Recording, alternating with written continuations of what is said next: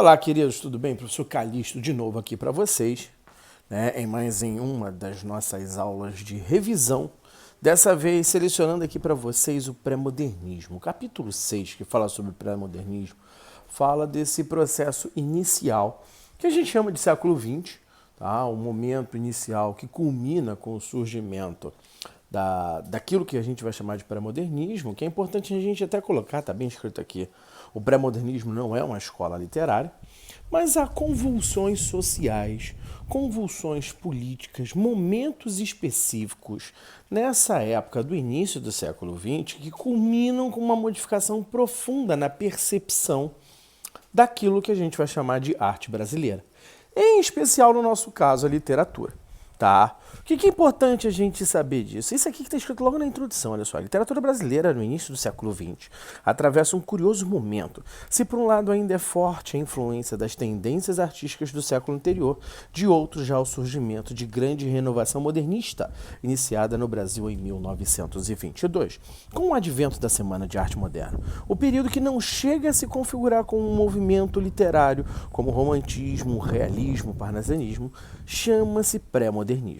O que é legal a gente saber disso?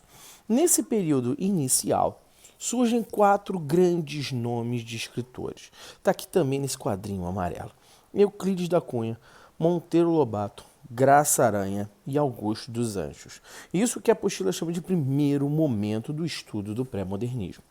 Para a gente, é a compreensão de uma necessidade ímpar de mudança na percepção sobre o próprio Brasil, tá? Que se dá na esfera política. Tá? A gente tem o fim do período da monarquia, o início da república, a virada de século. Tá? Começam a se falar também, né, de outras necessidades de percepção sobre o Brasil, trazer o Brasil para o século XX. A gente, por exemplo, já falava durante o romantismo que o Brasil precisava equiparar a sua história artística e literária com aquilo que acontecia na Europa. O romantismo teve essa predisposição que não conseguiu atender, obviamente, por causa de toda a diferença do que era o Brasil para a Europa como um todo. No modernismo, no início do século XX, esse movimento de percepção de leitura e de releitura sobre o Brasil ganha uma nova dimensão.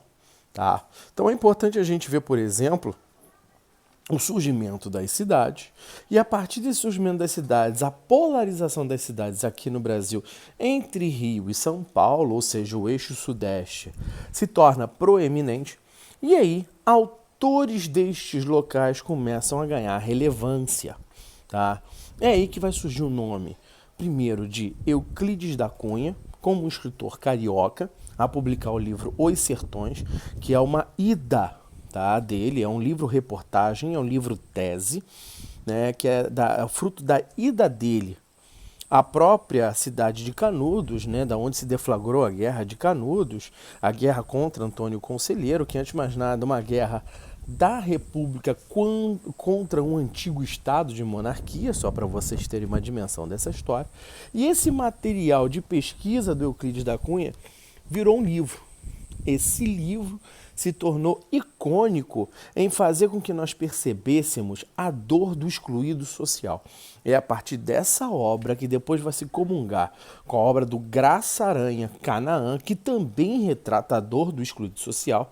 No caso do livro Canaã, essa dor do excluído social é a dor do imigrante alemão não atendido em suas plenitudes na cidade, né, de Espírito Santo, tá? No estado do Espírito Santo, para vocês terem uma dimensão. E esses 2 livros passam a trazer para a gente uma nova perspectiva do excluído social. É daí que se funda, no modernismo, tá, a voz do excluído, que depois vai se tornar a voz do nordestino. Tá? Isso estamos falando do ano de 1902.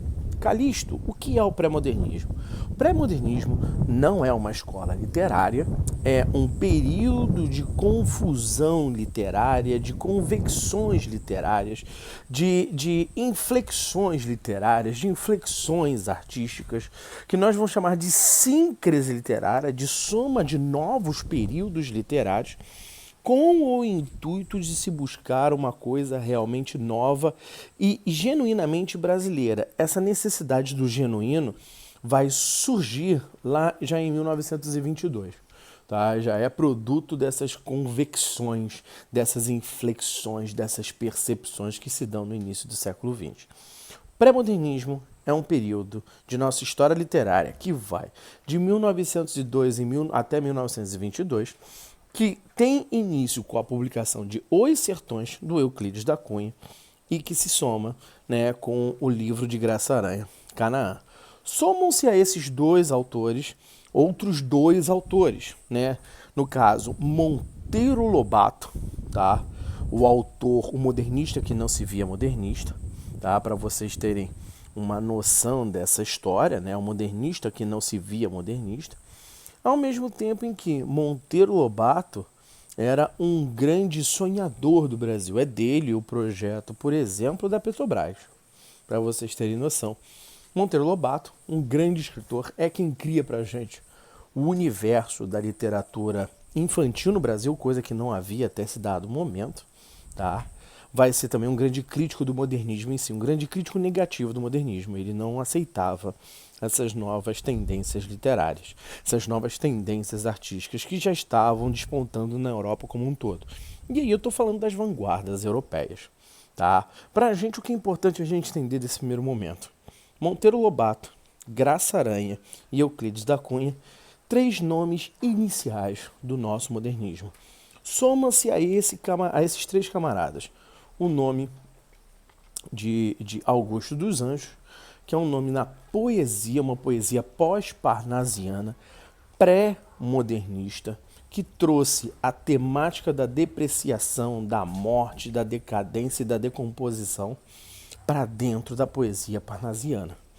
Não podemos considerar Augusto dos Anjos um autor parnasiano. No entanto, a sua perfeição estética, ou seja, seu apego ao soneto, à rima rica, à rima rara, ao verso decassílabo ou do decassílabo, tão ao gosto dos parnasianos, passou a ser preenchida com essa temática da decadência, da morte, da putrificação, né, da decadência física, da decadência do próprio corpo. Isso torna Augusto dos Anjos um autor singular, icônico, não descoberto em sua época. É um autor que tem apenas um único livro, ele só vai ser descoberto anos depois, bem depois até de sua morte, só para vocês terem uma dimensão aí da história, mas representa também uma nova tendência artística. Falar de pré-modernismo é falar do novo, é falar da invenção do novo. Então é importante a gente entender esse aspecto aí do movimento pré-moderno. É a criação do novo.